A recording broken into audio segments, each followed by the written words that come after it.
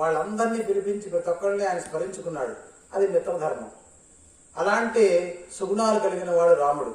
రామాయణంలో మనకు చాలా అనుమానాలు వస్తాయి. మరి ఇంత గొప్పవాడైతే సీతను అడవుల్లో ఎందుకు వదిలిపెట్టాడండి, గర్భవతిని చెట్టు చాటు నుంచి వాళ్ళని ఎందుకు కొట్టాడండి, ఇలాంటి కొన్ని అనుమానాలు. అవన్నీ ధర్మ సూక్ష్మాలు తెలుసుకుంటే, మనం పెద్దవాళ్ళ ద్వారా తెలుసుకుంటే మనకు తెలిసేటువంటి విషయాలు. వాలి అనేటువంటి వాడిని చెట్టు చాటు నుంచి ఎందుకు చంపాల్సి వచ్చింది రాముడు? వాలికి ఒక వరం ఉంది. ఎదుటి వాళ్ళ యొక్క బలాన్ని తను గ్రహించగలుగుతాడు. ఎదుటి వాళ్ళతో యుద్ధం చేస్తూ ఉంటే ఎదుటి వాళ్ళు ఉన్న బలవంతా కూడా ఆయన లాగేసుకుంటాడు. అదొక వరం ఆయన. అందుకని ఎదురుగా నిలబడి ఎవరూ వాలిని జయించలేదు. అదొక కారణం. తర్వాత వాలి అనేటువంటిది వానర జాతి. వానర జాతి అంటే అది అరణ్యప్రాణి. దాన్ని చెట్టుచాటు నుంచి కొట్టడం అనేటువంటిది తప్పేం కాదు. జంతువుల్ని చెట్టుచాటు నుంచి వేటాడటం అనేటువంటిది రాదు. నువ్వు చేసిన తప్పులు చాలా ఉన్నాయి. వానర జాతిలో పెద్దవాళ్ళు కనుక చనిపోతే భార్యని తర్వాత సోదరుణ్ణి ఆశ్రయించి ఆ సోదరుని దగ్గర ఉండటం అనేటువంటిది ఆ వానర జాతి యొక్క లక్షణం. ఆ సోదరుణ్ణే భర్తగా భావించి అతనితో ఉండటం ఇష్టపూర్తిగా ఉంటాం. కానీ నువ్వు చేసింది ఏమిటి అంటే, నీ వానర జాతికి సహజమైనప్పటికీ కూడా సుగ్రీవుడు బతికి ఉండగానే అతన్ని బెదిరించి అతని భార్యను తీసుకెళ్లి నువ్వు బలవంతంగా నీ చెరలో పెట్టుకున్నావు. అదొక తప్పు. అందువల్ల నీకు ఈ దండన విధించాల్సి వచ్చిందని చెప్పి రాముడు సుగ్రీవుడు చనిపోయేటప్పుడు, వాలి చనిపోయేటప్పుడు చెబుతాడు అన్నమాట. అలాగే అగ్ని ప్రవేశం కూడా ఆయనకి సీత మీద నమ్మకం లేక కాదు, మనలాంటి వాళ్ళ కోసం. ఎవరో ఒక వ్యక్తి అంత జాగ్రత్త పడినా చివరికి ఎవరో ఒక వ్యక్తి అంటాడు, సంవత్సరం పాటు రావణాసుడు కొలువులో ఉన్నటువంటి సీతను తీసుకొచ్చి రాముడు పక్కన పెట్టుకున్నాడు, నేను అంత పిచ్చాడేం కాదు, పోవే అని చెప్పి వాడిద్దరు భార్య భర్త తగులు ఆడుకుంటారు.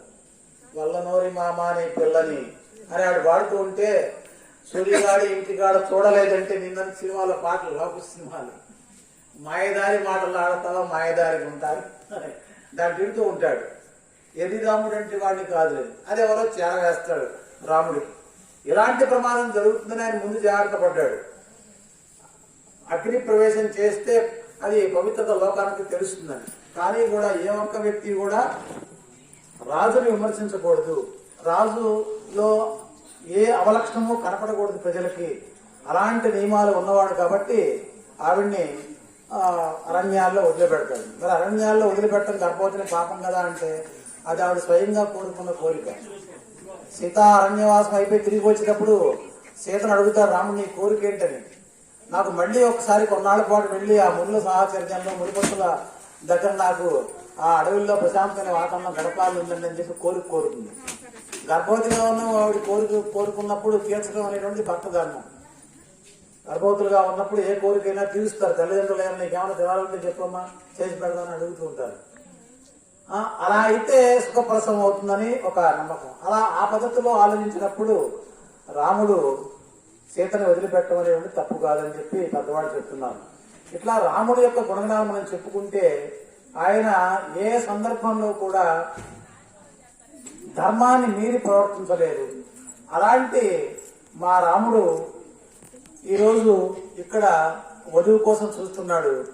మరి మీ సీతమ్మ తల్లి గుణగణాలని మీరు వర్ణించి ఈ ఇద్దరికి సరే అవునో కాదు మీరు చెప్పాల్సిందిగా సీతాపతి గారిని కోరుతున్నాం.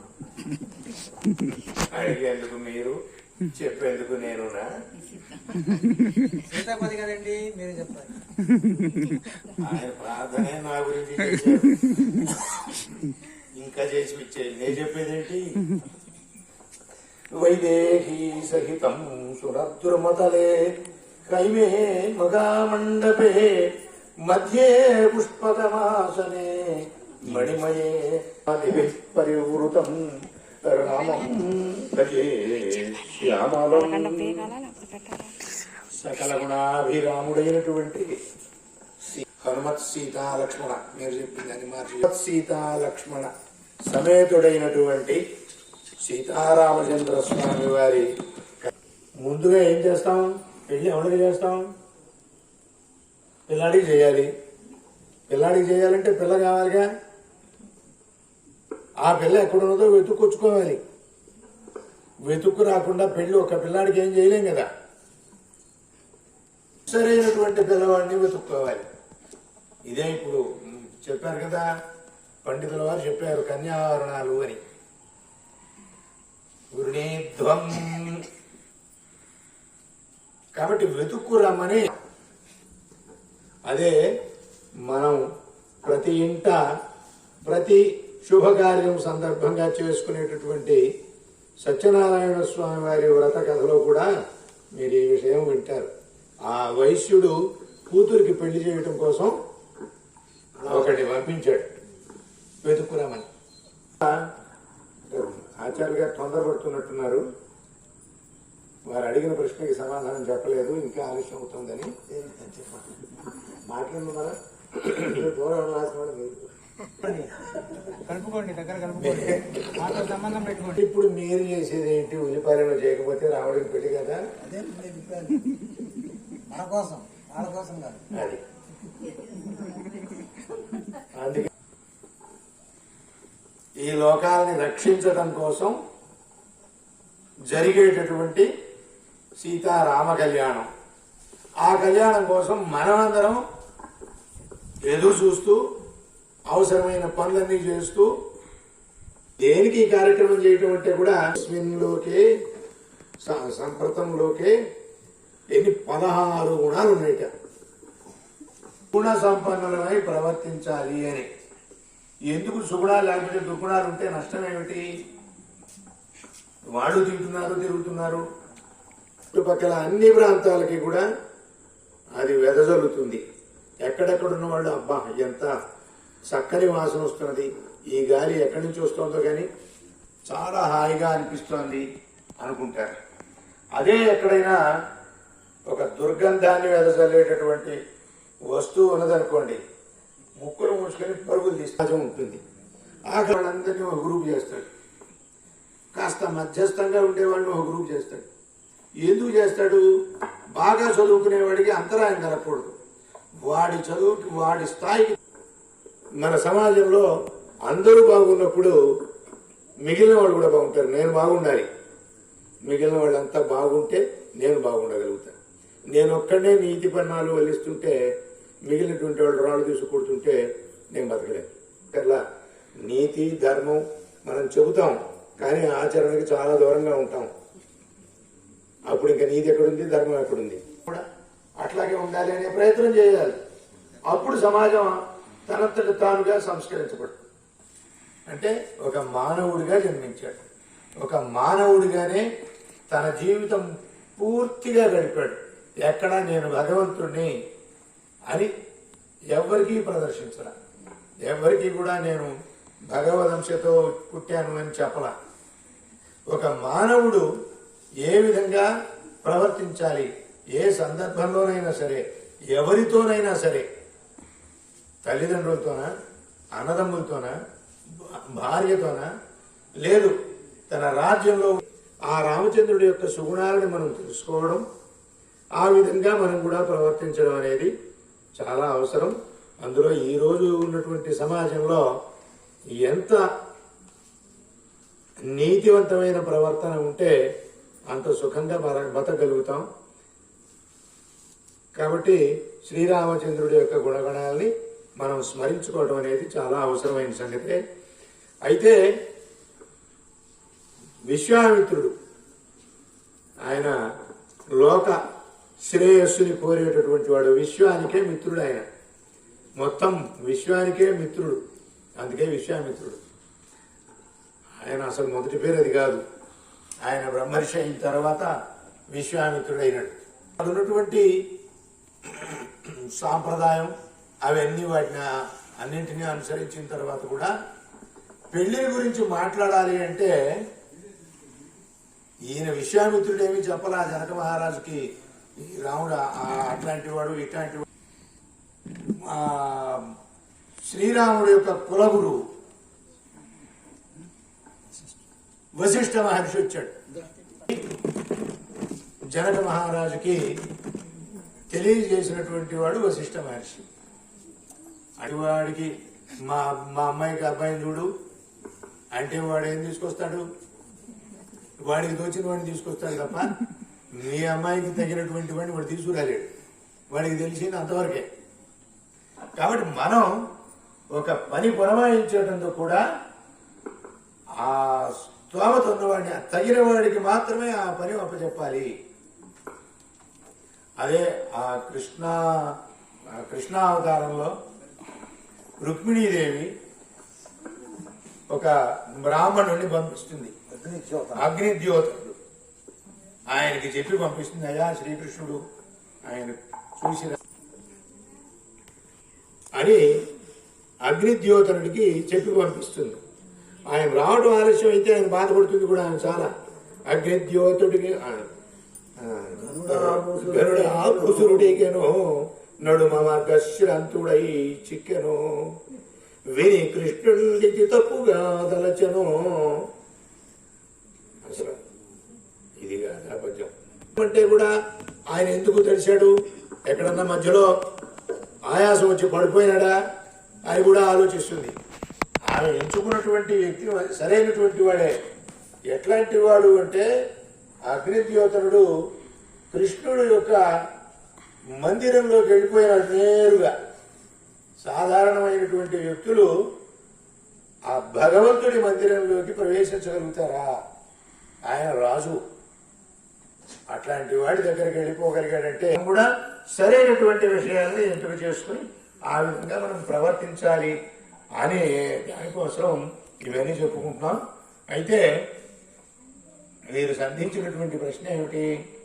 అసలు రాముడయ్యా గొప్పదనం ఉన్నటువంటి వాడు, మరి అసలు మీ సంగతి ఏంటి, సీత అమ్మవారి సంగతి ఏంటి చెప్పమని అడిగారు. సీతారాముడి కళ్యాణం, రాముడి కళ్యాణం కాదు. ఇంకా గొప్పదనం చెప్పేది ఏంటి?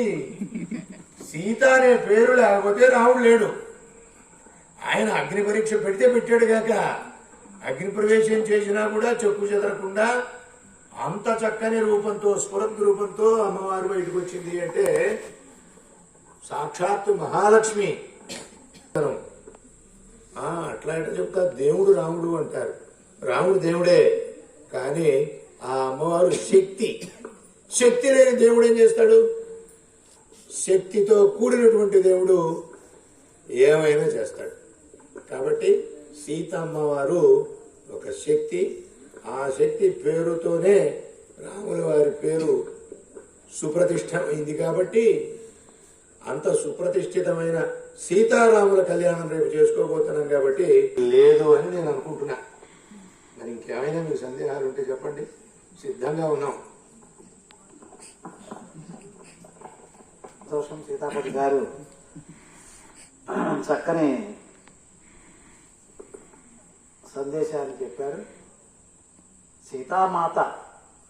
సీతామాతనే అంటాను ఆవిడ్ని. రాముడికి తగిన ఇల్లాలు. ఎలా అంటే రాముడు యజ్ఞ సంభవుడు. అంటే యజ్ఞ సంభవుడు అంటే యజ్ఞం ద్వారా సంభవించిన వాడు. పుత్రకామేష్టి యాగం చేయటం ద్వారా. సీతమ్మ తల్లి కూడా అలాగే జనకుడు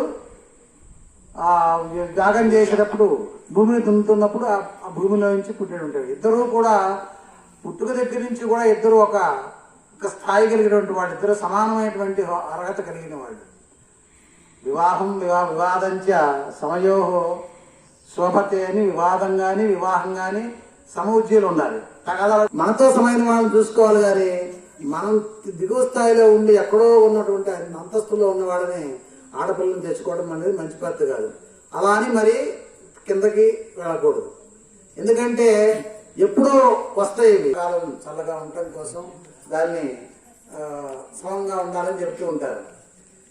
లోకంలో ఎక్కడైనా సీతారాముల్లా చక్కగా ఉందని ఆశీర్వదిస్తుంటారు. కానీ న్యాయానికి సీతారాములు ఎంతకాలం కలిసి ఉన్నారు? పెళ్ళైన కొన్ని సంవత్సరాల పాటు అయోధ్యలో ఉన్నారు. తర్వాత ఆయన అడవుల్లోకి వెళ్ళాడు.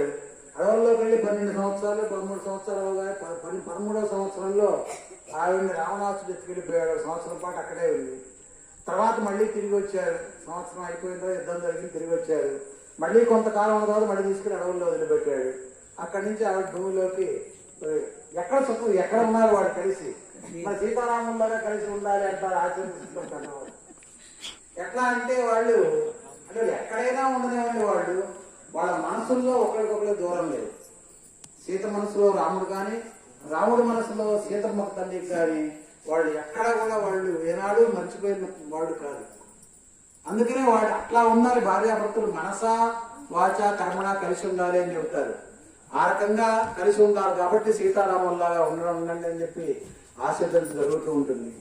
రామాయణం చదివితే రాముడు రామ అంటే ఆనందం, రామ అంటేనే ఆనందం అర్థమే.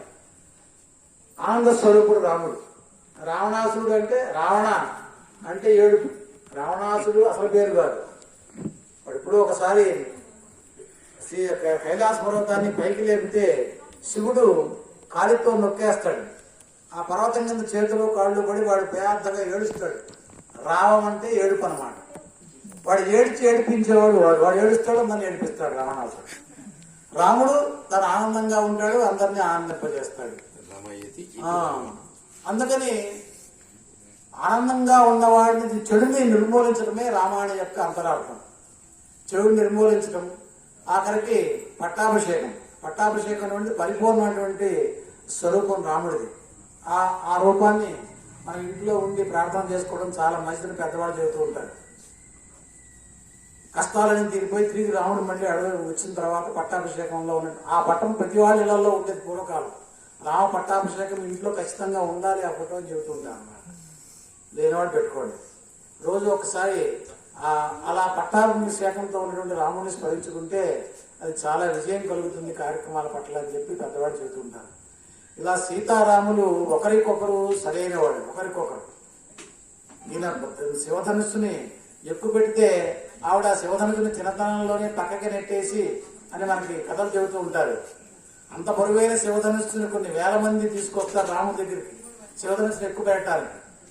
తీసుకొచ్చి రాముడి ముందు ఆయన ఒక చేతితో పైకి లేపి అవలేలుగా ఆ ధనస్సును ఎక్కువ పెట్ట నారిని సరిదించకపోతే అది విరిగిపోయింది. కానీ దాన్ని అంతకు ముందే ఆవిడ చిన్నతనంలోనే వీళ్ళు ఒక బంతి ఆట ఆడుకుంటూ దాని కిందకి పోయిందని ఆవిడ ఆ మందస్సం ఆ పెట్టిని పక్కగా జరిపి ఒక ఎడం చేతితో బంతి తెచ్చుకుందని చెబుతారు. ఇప్పుడు ఆవిడ ఎంత బలవంతురాలు అంటే రాముడికి తగింది ఆవిడ. అట్లా ఏ విషయంలో చూసినా కూడా రాముడికి ఎంత సార్ చెప్పినట్టు సీతాపతి గారు చెప్పినట్టు ఆవిడ శక్తి లేకపోతే పక్కన పురుషుడు ఈవిడ ప్రకృతి ఆవిడ స్వరూపం అన్నమాట. అది లేకపోతే రాముడు ఏం చేయలేడు. స్వయంగా ఆవిడ తను రక్షించుకోగలుగుతూ రావణాసుడి చెరలో ఉన్నప్పుడు ఒక గడ్డి పరకు అడ్డం పట్టుకుని మాట్లాడుతున్న రావణాసుడితో. అంటే రావణాసుడికి నువ్వు గడ్డి పరకు లాంటి వాడని సందేశం ఇవ్వడం. అక్కడ ఏమీ లేదు కాబట్టి పరపురుషులు ఎదురుగా రాకూడదు కాబట్టి, కానీ అక్కడ అవకాశం లేదు. వాడు ఎదురుగా వచ్చి నిలబడ్డాడు. అందుకని ఒక గడ్డి పరకని అడ్డం పెట్టుకుని మాట్లాడింది. ఆ గడ్డి పరకనే అస్త్రంగా చేసి సంవరించగలిగినటువంటి నేర్పు ఆవిడకుంది, ఆ శక్తి ఉంది. కానీ ఆ కీర్తి ఎవరికి రావాలంటే భర్తకు రావాలి. రాముడు రావాలి, ఈ రావణాసుని చంపాలి, తన్ని తీసుకెళ్ళాలి. రాముడు వీరుడుగా భార్యని రక్షించినటువంటి వాడిగా లోకంలో కీర్తి గడింపబడాలి అనే ఉద్దేశం. లేకపోతే హనుమంతుడు అడుగుతాడు, రామ్మ నిన్ను నా భుజాల మీద తీసుకెళ్లిపోతాను, ఇప్పుడే నేను దాటొచ్చాను ఈ సముద్రాన్ని, నిన్ను కూడా తీసుకెళ్లిపోతాను ఇక్కడ ఎందుకని. అలా రావటం ఆవిడకి ఇష్టం లేదు.